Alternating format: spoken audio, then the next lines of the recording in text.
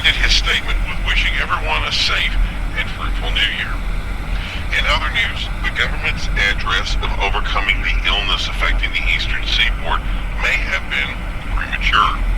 Reports of lethargic, unresponsive individuals has been seen in northern Mississippi and potential reports in Missouri and Arkansas, although no attacks have been reported at this time.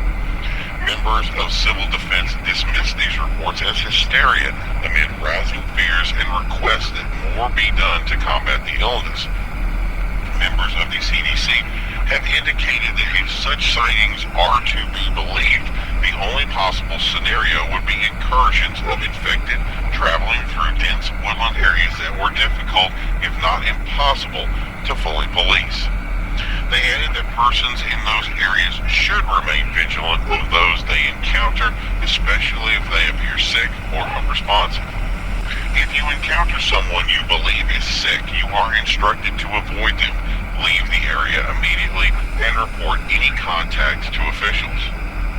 Areas that the CDC instructed would have quarantines lifted have still not been released from their lockdowns. Further reports state that National Guard presence has even increased in those areas. Civil defense instructs that this new posture is simply a final resort to make sure that all areas are clear of infected individuals. CDC has not released a full list of potential transmission methods, but has stated that contact with the ill will spread the virus, meaning that if you came in contact physically with an individual you believe is infected, that you have been potentially exposed yourself. Preventative measures would be to wash thoroughly with soap and water any areas that came into contact with the sick person and destroy any clothing associated with the contact. It is also advised to keep all open wounds covered and sterilized. Army General Charles Elsher has made his objections known about the way the president has handled the incident, saying, quote, military should be allowed to operate in these areas to better support and assist local law enforcement and government agencies, end quote. He was quoted later as saying that the time for military intervention may have gone and passed, but there's been no official confirmation of the latter. Still, military involvement has been supported by many in the Senate and House.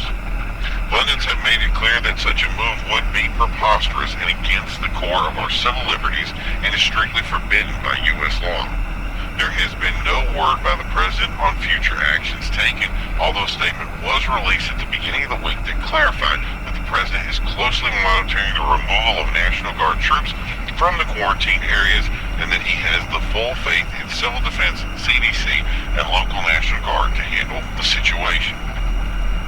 If the military were to intervene, it would be the first time since the Civil War that American troops were allowed to operate on American soil.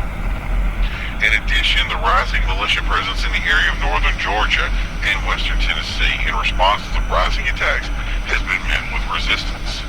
FBI has reported that there are potential infiltrations of what they reported as terrorist organizations in these groups, although their level of involvement has never fully been addressed in the meeting. It has been instructed to those in quarantine areas to avoid militia involvement. National Guard has been instructed to seize any weapons within quarantine areas for their protection. Another purpose of the